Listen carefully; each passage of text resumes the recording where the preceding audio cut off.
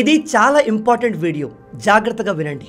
నేను ఈ వీడియోని రాహుల్ గాంధీని ఎక్స్పోజ్ చేయాలి, అతనికి అగెన్స్ట్గా మాట్లాడాలి అని చేయట్లేదు. కానీ రీసెంట్గా ఇతను ఏకంగా మన ఆర్మీని క్రిటిసైజ్ చేస్తూ మాట్లాడాడు. ఇతను మన డిఫెన్స్ ఫోర్స్లో కూడా కుల మత గొడవలు క్రియేట్ చేసేలాగా స్టేట్మెంట్ ఇచ్చాడు. అసలు ఈ రాహుల్ గాంధీ ఏం చేయాలి అని చూస్తున్నాడు? ఇతని ఇంటెన్షన్స్ ఏంటి? ఇతను ఈ విధంగా మన ఆర్మీని కూడా టార్గెట్ చేయాల్సిన అవసరం ఏమొచ్చింది?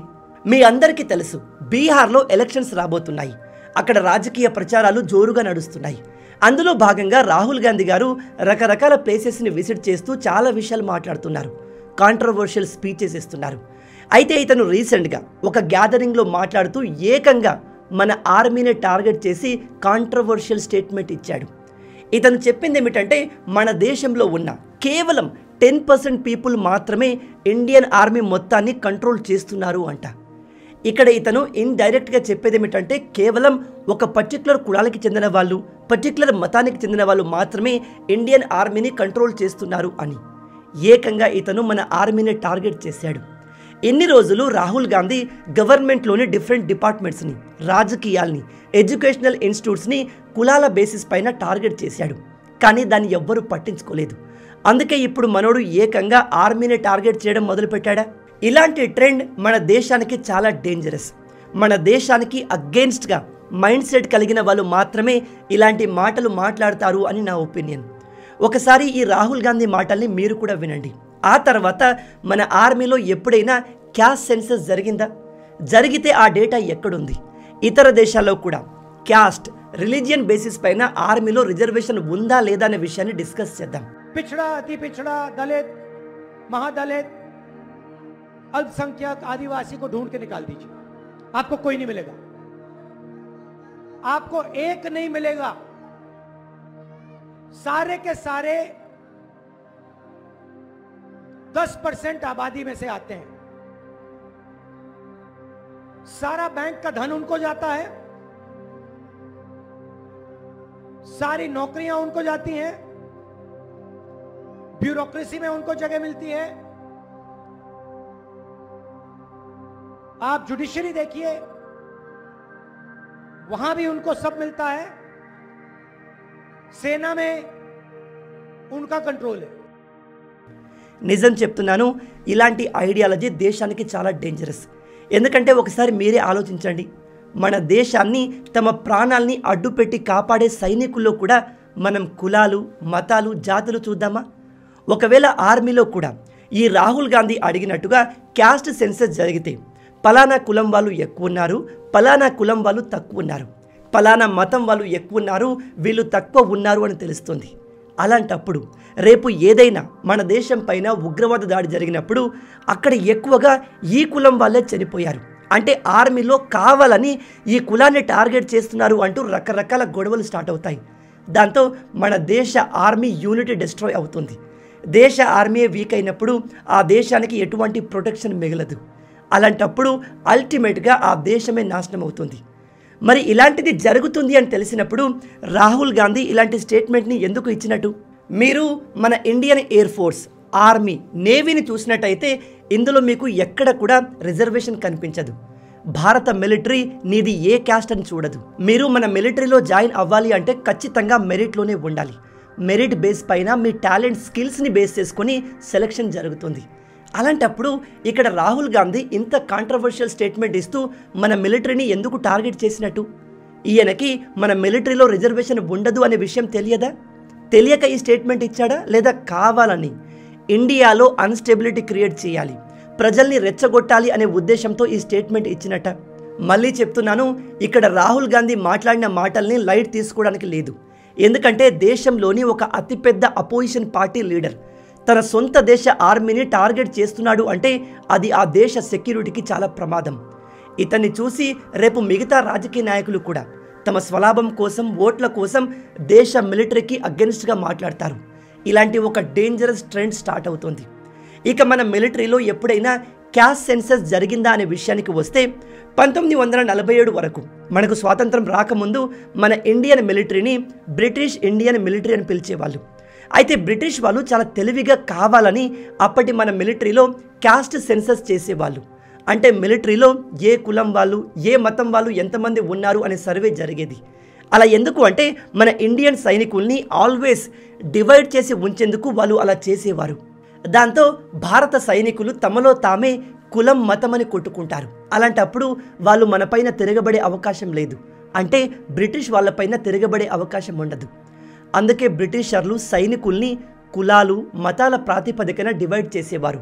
క్యాస్ట్ సెన్సస్ రెగ్యులర్గా చేసేవారు. కానీ మన భారతదేశం స్వాతంత్రం సాధించిన తర్వాత ఇమ్మీడియట్గా చేసిన పని ఏంటంటే మిలిటరీలో ఎటువంటి రిజర్వేషన్, క్యాస్ట్ సెన్సస్ జరగకూడదు అని నిర్ణయం తీసుకున్నారు. మన మిలిటరీని కంప్లీట్గా క్యాస్ట్ న్యూట్రల్ చేశారు. ఇప్పుడు మీలో కొంతమంది అతి తెలివి కలిగిన వాళ్ళు, బ్రదర్ మీరు ఇలా చెప్తారేంటి, మన మిలిటరీలో డిఫరెంట్ రెజిమెంట్స్కి మతాల పేర్లు ఉన్నాయి, ఉదాహరణకి సిక్ రెజిమెంట్ అని చెప్తారు. అలాంటి వాళ్ళకి చెప్తున్నాను, ఇది పేరుకు మాత్రమే సిక్ రెజిమెంట్. అందులో అన్ని మతాలు కులాల వాళ్ళు ఉంటారు. ఈ పేర్లను ఒక లెగసీని మైండ్లో పెట్టుకొని పెడతారు, అంతేకాని మతాలు కులాల వారీగా సైనికుల్ని డివైడ్ చేయడానికి కాదు. మన ఇండియాలోనే కాదు, మీరు అమెరికన్ మిలిటరీని చూసినా అక్కడ ఎప్పుడూ కూడా ఒక సైనికుడి మతం గురించి అడగరు. అమెరికా ఇమిగ్రెంట్స్తో తయారైన దేశం. అక్కడ రకరకాల దేశాల వాళ్ళు సెటిల్ అవుతారు అండ్ వాళ్ళు కూడా అమెరికన్ మిలిటరీలో జాయిన్ అవుతారు. అలాంటప్పుడు అలాంటి సోల్జర్స్ యొక్క ఒరిజినల్ కంట్రీ గురించి ఎవ్వరూ అడగరు. అమెరికాకు వచ్చి అమెరికన్ సిటిజన్గా మారిన ప్రతి ఒక్కరూ అక్కడి మిలిటరీలో సమానం. అమెరికన్ మిలిటరీలో ఎంతమంది క్రిస్టియన్స్ ఉన్నారు, ఎంతమంది హిందువులు ఉన్నారు, ఎంతమంది ముస్లిమ్స్ ఉన్నారు అనే డేటా ఎక్కడ ఉండదు. వాళ్ళు అటువంటి సర్వేలు కూడా చేయరు. అమెరికన్ ఆర్మీ చాలా క్లియర్గా చెప్పేది ఒకటి, we are neutral in religion, neutral in gender, neutral in everything అని. అలా అని సైనికుల మతం గురించి అడగరు అని కాదు, అడిగి తెలుసుకుంటారు. అలా ఎందుకు అంటే ఒకవేళ ఒక సైనికుని పర్టికులర్ ప్లేస్కి పంపిస్తే అక్కడ అతనితో ఏమైనా అయితే అతని మతానికి తగ్గట్టుగా తన బాడీతో కార్యకలాపాలు చేయడానికి. ఇక చైనా విషయానికి వస్తే నిజం చెప్తున్నాను, చైనా మన శత్రు దేశం అయినప్పటికీ వీళ్ళను మెచ్చుకోక తప్పదు. ఎందుకంటే చైనా మెల్లమెల్లగా తమ దేశాన్ని లీడ్ చేస్తున్న విధానం, ఆ దేశంలో జరిగే మత గొడవల్ని వాళ్ళు కంట్రోల్ చేసే విధానం అమేజింగ్. మీ అందరికీ తెలుసు, ప్రజెంట్ యూరప్లో, అమెరికాలో పరిస్థితులు వరస్ట్గా మారుతున్నాయి. వెస్టర్న్ దేశాల్లో ఇస్లాం పైన హేట్ విపరీతంగా పెరుగుతుంది. దానికి కారణం మిడిల్ ఈస్ట్ నుంచి వెస్టర్న్ దేశాలకు వెళ్ళిన ముస్లింలు అక్కడ చేస్తున్న పనులు. మీరు న్యూస్లో చూస్తూ ఉండొచ్చు, ఎస్పెషల్లీ సోషల్ మీడియాలో. లండన్ ఇప్పుడు కంప్లీట్ ఇస్లామిక్ కంట్రీగా మారుతుంది. పరిస్థితులు అక్కడ అలాగే కనిపిస్తున్నాయి. అందుకే చాలామంది ఆ దేశాన్ని లండనిస్తాన్ అని కూడా పిలుస్తున్నారు. కానీ చైనాలో మీకు ఎక్కడ కూడా అటువంటి గొడవలు కనిపించవు. ఏ మతానికి సంబంధించిన గొడవలు కనిపించవు. చైనా తమ దేశంలో పెరుగుతున్న రాడికల్ ఇస్లామిస్టులను కంట్రోల్ చేసిన విధానం గురించి మీరు వింటే ఆశ్చర్యపోతారు. వాళ్ళు అంత స్ట్రిక్ట్గా యాక్షన్ తీసుకొని అందరినీ కంట్రోల్ చేస్తున్నారు కాబట్టే ప్రజెంట్ వరల్డ్ నెంబర్ 1గా మారబోతున్నారు. చైనా గురించి ఒక అమేజింగ్ విషయం ఏమిటంటే చైనా అఫీషియల్గా ఒక ఏథియిస్ట్ కంట్రీ. అంటే వీళ్ళు ఏ దేవుణ్ణి నమ్మరు. అదేంటి బ్రో, చైనాలో బుద్ధిస్టులు ఎక్కువగా ఉంటారు కదా అని మీలో కొంతమంది అనుకోవచ్చు. డిఫరెంట్ మతాల వాళ్ళు ఉన్నారు, కానీ అక్కడి ప్రభుత్వం ఏ మతాన్ని అఫీషియల్గా కన్సిడర్ చేయదు. ప్రజెంట్ ఆ దేశాన్ని లీడ్ చేస్తున్న ప్రభుత్వం చైనాని ఒక ఏథియిస్ట్ కంట్రీగా అఫీషియల్గా డిక్లేర్ చేసింది. అందుకే ఆ దేశపు సోల్జర్స్ కేవలం కమ్యూనిస్ట్ పార్టీ ఆఫ్ చైనాకి మాత్రమే లోయల్గా ఉంటారు. ఏ మతానికి, ఏ కులానికి వాళ్ళు ఇన్ఫ్లుయెన్స్ అవ్వరు. కానీ దురదృష్టకరమైన విషయం ఏమిటంటే మన ఇండియాలో మత గొడవలు రెగ్యులర్గా జరుగుతూనే ఉన్నాయి. ప్రజల్లో క్యాస్ట్ ఫీలింగ్ కూడా ఇంకా పోలేదు. వెరీ సూన్ మన ఇండియాలో క్యాస్ట్ సెన్సస్ జరగబోతున్నాయి. నెక్స్ట్ ఇయర్ అంటే 2026లో గత 70 సంవత్సరాలుగా ఎప్పుడూ జరగని అతిపెద్ద క్యాస్ట్ సెన్సస్ జరిగే అవకాశం ఉంది. అయితే ఇందులో కేవలం సామాన్య ప్రజల కులాల గురించి తెలుసుకుంటారు. ఏ కులం వారు, ఏ మతం వారు ఎంతమంది ఉన్నారు అనే డేటాను సేకరిస్తారు. కానీ పర్టికులర్గా మన డిఫెన్స్ డిపార్ట్మెంట్లో, మిలిటరీలో ఏ కులం వారు ఎంతమంది ఉన్నారు అనే సర్వే జరగదు, జరగకూడదు. మన దేశ మిలిటరీ తమ ప్రాణాల్ని బార్డర్ దగ్గర పనంగా పెట్టి దేశాన్ని కాపాడుతుంది. మీరు గమనించండి, మన మిలిటరీ దేశంలో ఏ రాష్ట్రాన్ని తక్కువ చేసి చూడదు, ఏ మతానికి చెందిన ప్రజల్ని తక్కువ చేసి చూడదు. మన ఇండియన్ ఆర్మీ అవసరం ఎక్కడ ఉంటే అక్కడ పరిగెత్తుకుంటూ వచ్చి అక్కడి ప్రతి ఒక్క భారతీయుని సమానంగా ట్రీట్ చేసి వాళ్ళను కాపాడుతుంది. అంతేకాని మీరు ఎప్పుడైనా విన్నారా, పలానా ప్రాంతంలో ఈ కులం వాళ్ళు ఎక్కువగా ఉన్నారు కాబట్టి మిలిటరీ అక్కడికి వెళ్ళలేదు, పలానా ప్రాంతంలో ఈ మతం వాళ్ళు ఎక్కువగా ఉన్నారు కాబట్టి మిలిటరీ వాళ్ళను కాపాడలేదు అనే న్యూస్ని ఎప్పుడైనా విన్నారా? వినరు కూడా. ఎందుకంటే అలా ఎప్పుడు జరగలేదు, భవిష్యత్తులో కూడా జరగకూడదు. కానీ ఇక్కడ రాహుల్ గాంధీ ఏమాత్రం రిజర్వేషన్ లేని మిలిటరీని టార్గెట్ చేస్తూ కేవలం 10% ఇండియన్స్ ఆర్మీని కంట్రోల్ చేస్తున్నారు అని చెప్తున్నాడు. అంటే ఇతని ఉద్దేశం ఒక పర్టికులర్ కులం వాళ్ళే మిలిటరీని కంట్రోల్ చేస్తున్నారనా? రాహుల్ గాంధీ ఇలాంటి స్టేట్మెంట్ ఇచ్చి మన మిలిటరీలో కూడా సైనికుల్ని డివైడ్ చేద్దాము అనుకుంటున్నాడా? లేదా ఇతని ఉద్దేశం ఏమై ఉంటుంది?